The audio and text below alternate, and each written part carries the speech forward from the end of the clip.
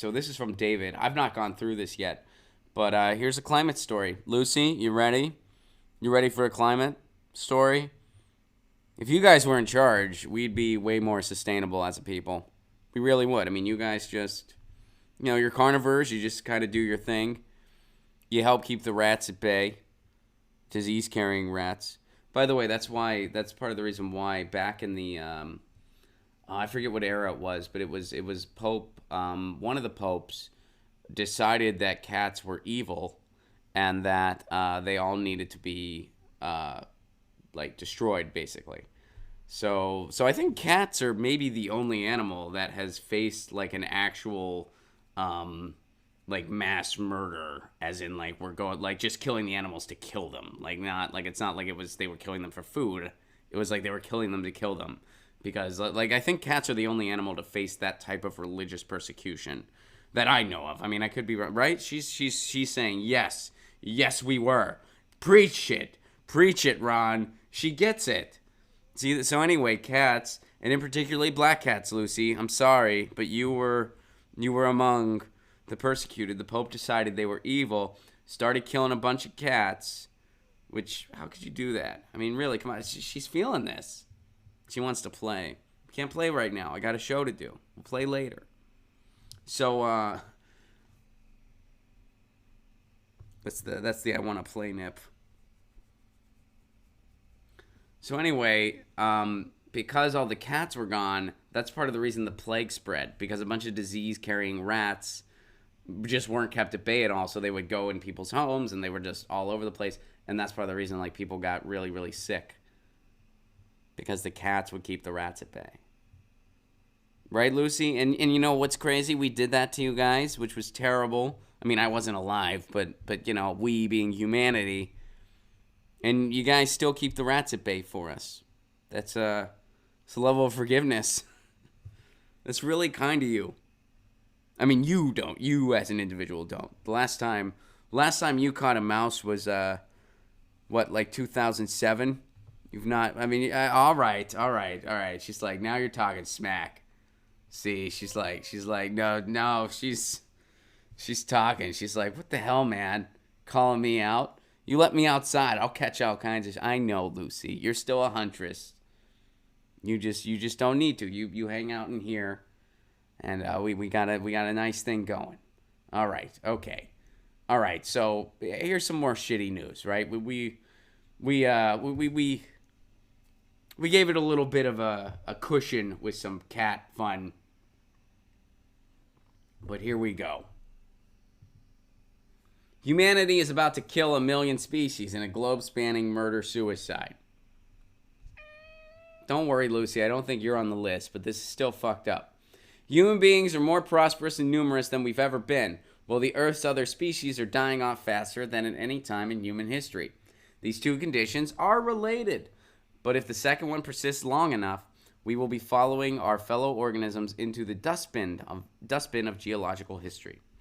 This is the primary takeaway from a new United Nations report on our planet's rapidly diminishing biodiversity. Humanity is reshaping the natural world at such scale and rapidity, an estimated 1 million plant and animal species are now at a risk of extinction. So climate change is a major drive of all this, but burning fossil fuels is far from our species' only method of mass ecocide.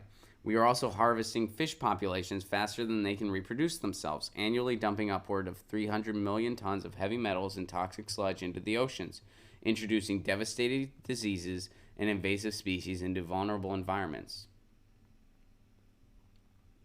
All this plunder has worked out fairly well for us thus far, but all of our prosperity depends upon the natural world reproducing itself. As the New York Times notes, the UN has previously estimated that nature provides the economies of the Americas with $24 trillion worth of non-monetized benefits each year. The Amazon rainforest absorbs immense quantities of carbon dioxide and helps the slow pace of global warming. Wetlands purify drinking water. Coral reefs sustain tourism and fisheries in the Caribbean. Exotic tropical plants form the basis of a variety of medicines. But as these natural landscapes wither and become less biologically rich, the services they can provide to humans have been dwindling. In short, We need the society. We've adapted, or not we've adapted, but we exist within this environment. This environment, we feed upon it, and we participate within it. And we have a call to stewardship. We're going to be a virus no matter what. That's just, sadly, we are by definition a virus. We consume and deplete resources, and we don't really add a whole lot. That's just a fact. But it's up to us. We have a call to stewardship to make our viral activity as minimal as possible and participate within the earth as much as we possibly can. We're going to be a virus no matter what, but we can do a lot better, obviously. Right now, we're behaving like a fast-acting cancer. We have the ability to behave like a common cold. And if we can behave like a common cold, guess what? We're going to stick around a while. The earth ain't going anywhere. We might be. And that's one of those things. We are depleting all of these resources and destroying all these lands, which is not only disgusting from a moral standpoint, but also it will infringe on our way to conduct society as we know it. Look at all these examples the article gave. Amazon rainforests, that absorbs carbon dioxide. Wetlands, that purifies our drinking water. Coral reefs, sustains tourism and fisheries. Exotic tropical plants, that's the basis for a lot of medicines. So next time somebody tells you that climate change doesn't affect their life, point to all this stuff. Next time somebody tells you, oh, we're not going to need to adapt to anything. There's nothing. It's all alarmism. Point to all this. Look at all these factors going on. Something is coming. Do we know exactly how severe it is or isn't going to be? No, we don't know exactly how much yet. A lot of this is prediction. But it's prediction based in evidence and based in exploration. And science is an evolving thesis. It's an evolving body of work. It doesn't say this is the way it is, period. That's what faith does. That's what religion does. Science is evolving. What does science evolve with? Evidence. What does religion evolve with? Nothing. So you can't just discount science and be like, well, they said that this could happen at this time and it didn't. So I guess, yeah, because other things came to the surface. More evidence came to the surface.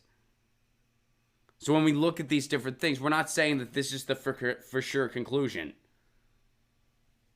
But we're saying these are some factors that are out there. This is a concern. This is a hypothesis that's worth exploring because these hypotheses and theories have been developed by people way fucking smarter than me.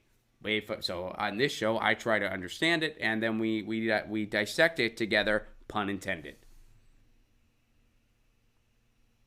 So we are destroying species on this planet, and eventually we're going to pay for it too. That sucks, huh, Lucy? That ain't right. Just look at what happened. To tie it back to what I talked about in the beginning, look at what happened when we tried to get rid of the cats. Now, that was a religious persecution thing. Look at what happened when we did that. She perked. Look at that. Look at that. I said cat. And she's like, all right, that hurts a little bit. She like perked up. It's like she knows. She's like, you got to shout us out. You got to shout us out. I know, Lucy. Lucy's worried about climate change, too. All right. Get your news on with Ron. Don't you want to know what's going on? We're getting our news on today. Get your news on with Ron. Don't you want to know what's going on? We're getting our news on today. You can tweet me an article at Ron Placone. We'll go through it together and make it our own. Get your news on with Ron.